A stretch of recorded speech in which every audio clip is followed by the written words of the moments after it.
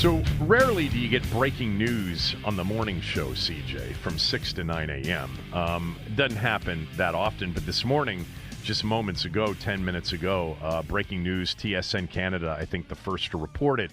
Peter Laviolette is the new Capitals head coach, and the voice of the Capitals on NBC Sports Washington, our good friend Joe Beninati, nice enough to be available for us. First of all, thank you. I appreciate that on such short notice. I'm assuming that this is what everybody thought in that, Joe, they were going to go with a veteran head coach this time rather than someone who wasn't proven. Absolutely, Kevin. Brian McClellan, Caps general manager, made that a point of emphasis in the exiting press conferences after the change of Todd Reirden. And true to his word, he's gone out and grabbed what he feels is the best candidate available, was the best candidate available, and now we'll get into seeing how Peter Laviolette will bring his coaching style to D.C. and create the identity that he sees the Caps serving the Caps best. And I think this choice is a very, very good one. I go back some 30-plus years with Peter, and I know that he'll have a great impact here in D.C. He comes to Washington having won a Stanley Cup with Carolina in 2006. He was also, correct me if I'm wrong, the guy who replaced Barry Trotz in Nashville when Trotz came to Washington from Nashville, and that's where he's been for the last 6 years. What are they getting in Laviolette in terms of style, coaching style, et cetera? What kind of team will they be under him, Joe? Intense, extremely intense. Peter has a reputation for being a tremendous, quote-unquote, turnaround coach. Wherever he goes, things turn around quickly and for the better. This is a coach, you mentioned the Stanley Cup win with Carolina. If I'm not mistaken, Kevin, he's brought 3 different teams to a Stanley Cup final. Not many guys in history have done that. Peter's an outstanding coach, and I knew it when I first met him in the American Hockey League in Providence, Rhode Island, Kev. He was just super intense, very analytical back then, and had an ability to communicate with players, earn their trust, and have those players fight for him. And I think that's what he's going to try and do immediately here in Washington. And he has the track record for a veteran team like the Capitals are to buy in quickly. Yeah, you mentioned, the Stanley Cup win in 2006. He was coaching in Philadelphia in 2010 when they lost to Chicago in the finals, and then coached Nashville to the Stanley Cup finals where they lost to Pittsburgh, I think, in 6 games in 2017.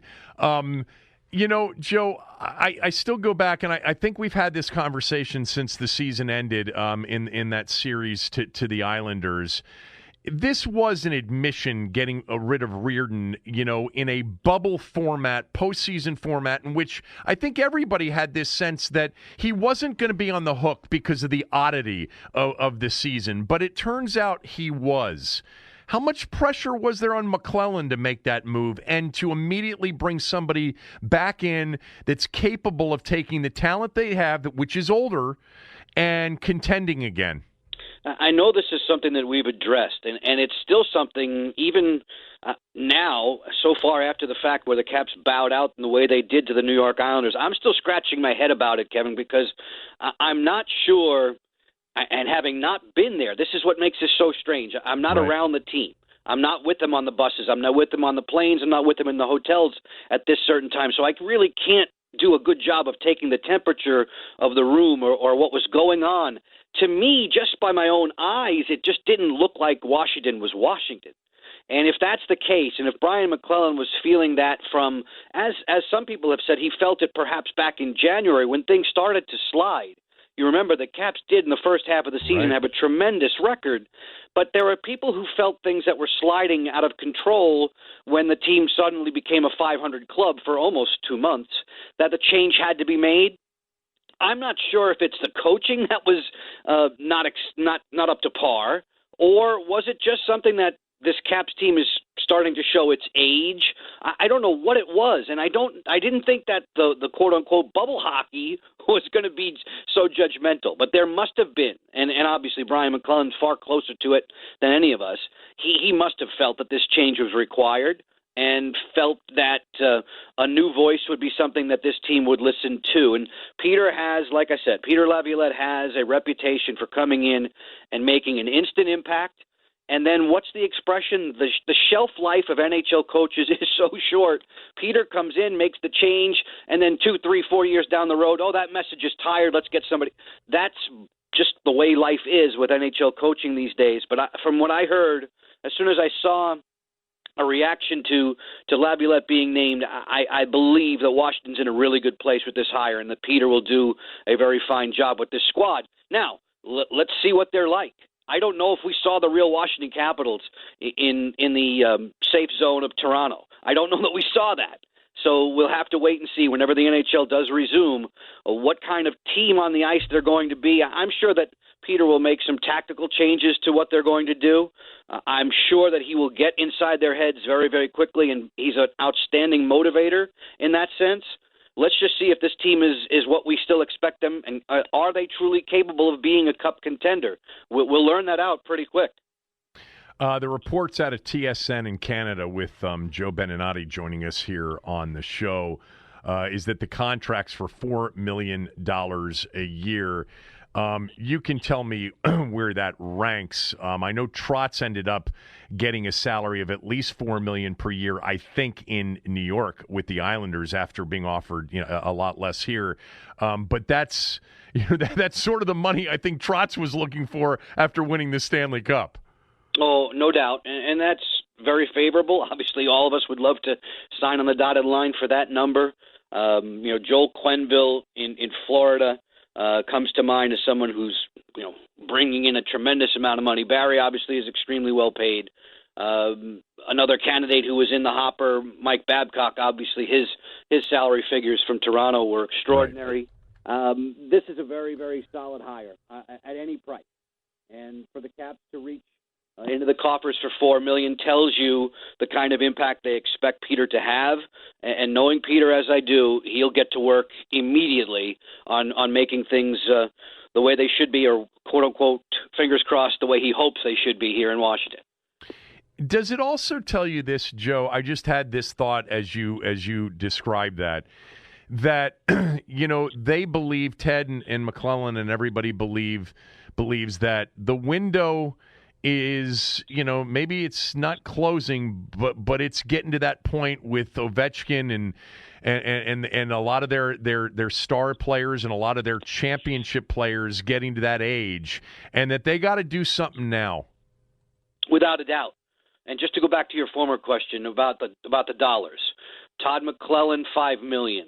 Joel Quenneville, I mentioned, a little bit more than $5 million. Claude Julien in Montreal, $5 million. Lamvigno, who did extremely well with Philadelphia, $5 million. So you're in that right neighborhood. Barry's listed as $4 million. So you're in that neighborhood from a salary structure of being at the high end of the salary structure for NHL coaches. But without a doubt, and this goes back to the timing of it all with respect to, is Washington getting old? Sure, they're getting old. And yes, the window of them being a legitimate Eastern Conference and Stanley Cup contender is diminishing. They need to make this move.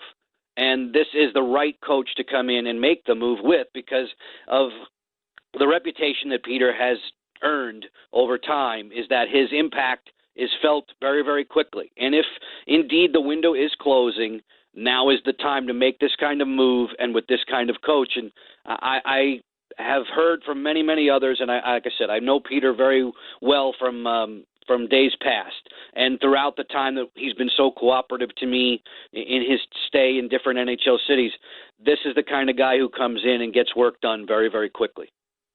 The breaking news this morning, the Capitals have hired Peter Laviolette, an 18-year veteran coach, Cup winner in 2006. Two other teams he took to the Stanley Cup Finals, the Flyers and Nashville. You knew him in Providence when he was in the AHL. What kind of personality are we getting? You said intense. How is he with the media? I mean, he's so fiery with his players, and you just see these behind-the-scenes snippets. None of us really are inside the four walls of the dressing room to see how that interaction comes out. But every once in a while, nowadays with social media, you get treated to it, and you can see the fire burning. With regard to how he's handled the media, I can't speak to it over his NHL time. I was with him in the American Hockey League in Providence when he was just cutting his teeth as a head coach. I'm sure. First of all, he's a very personable guy, but the one thing that you're going to notice is an intensity, a fire burning below the surface that people will see and that they will recognize. And this is the kind of guy who will challenge the best in Washington and will help, I think, motivate those young players to get the most out of them. He maximizes a player's ability, and again, he does it pretty quickly. But with regard to how he'll deal with us in the media, I've always seen Peter as a very, very personable man and the kind of person who will be cooperative and insightful to us. And this is a guy, like I said, from a track record standpoint, you don't argue with this hire. This is a very, very good one. Last one, Joe, and I'll let you run. He was in Nashville, replaced Barry Trotz in 2014-2015, took that team to the Stanley Cup Finals, lost to Pittsburgh, I think in 6 games in 2017, was in the postseason every single year in Nashville. And this year, after 41 games, they were 19-15. He was fired. You know, NHL coaches get fired all the time. We see this. Why was he fired in Nashville this year? Do you know? I did the Winter Classic, Dallas and Nashville in Dallas in and around New Year's Day this year, and Nashville jumped to a lead in that game, didn't hold it. Dallas recovers, and we've seen what Dallas has done now recently in the Stanley Cup playoffs. Congratulations to Rick Bowness and taking his team to a Cup final. At that time, the Predators were not sustaining anything that they would generate early in the game. They just did not seem to be able to continue or sustain. And once that happens, there was, the change was being mulled in Nashville for quite some time. The thought was that team was underachieving. And when you look at Nashville top to bottom, there are a lot of really good pieces there. And from what I understand, it's the same old adage. The message from Laviolette had been wearing thin, that the team had, quote unquote, tuned him out. I hate when things go down this way for Todd Reardon or for Peter Laviolette, for any NHL coach that gets dismissed, because we're not inside the room. We are not the players who deal and interact with the coaches. The GMs obviously have that conduit. They speak to the coaches. They speak to the players. They can tell when all of a sudden, hey, the team's tuned out, or hey, this message has grown old. It's not as if these guys forget how to coach hockey. Todd Reardon's a very good hockey coach. Peter Laviolette's a very good hockey coach. They wouldn't have achieved and climbed up the ranks the way they have if they weren't.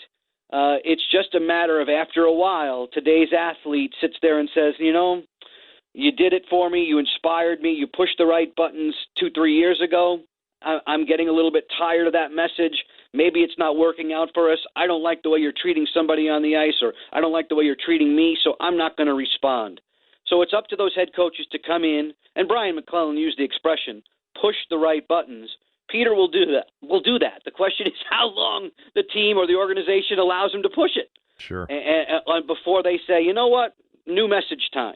And I hate that part of the job. I just do, but it's a fact of life, and it's just the way it is in professional sports sometimes. This hire is a good one, Kev. I'm excited to read it and hear about it this morning and talk with you about it. Thank you, Joe. As always, you're so generous with your time and jumping on here with very little preparation time. I really appreciate your thoughts, as always. Take care. Hope you're well. Have fun. You too. Same here.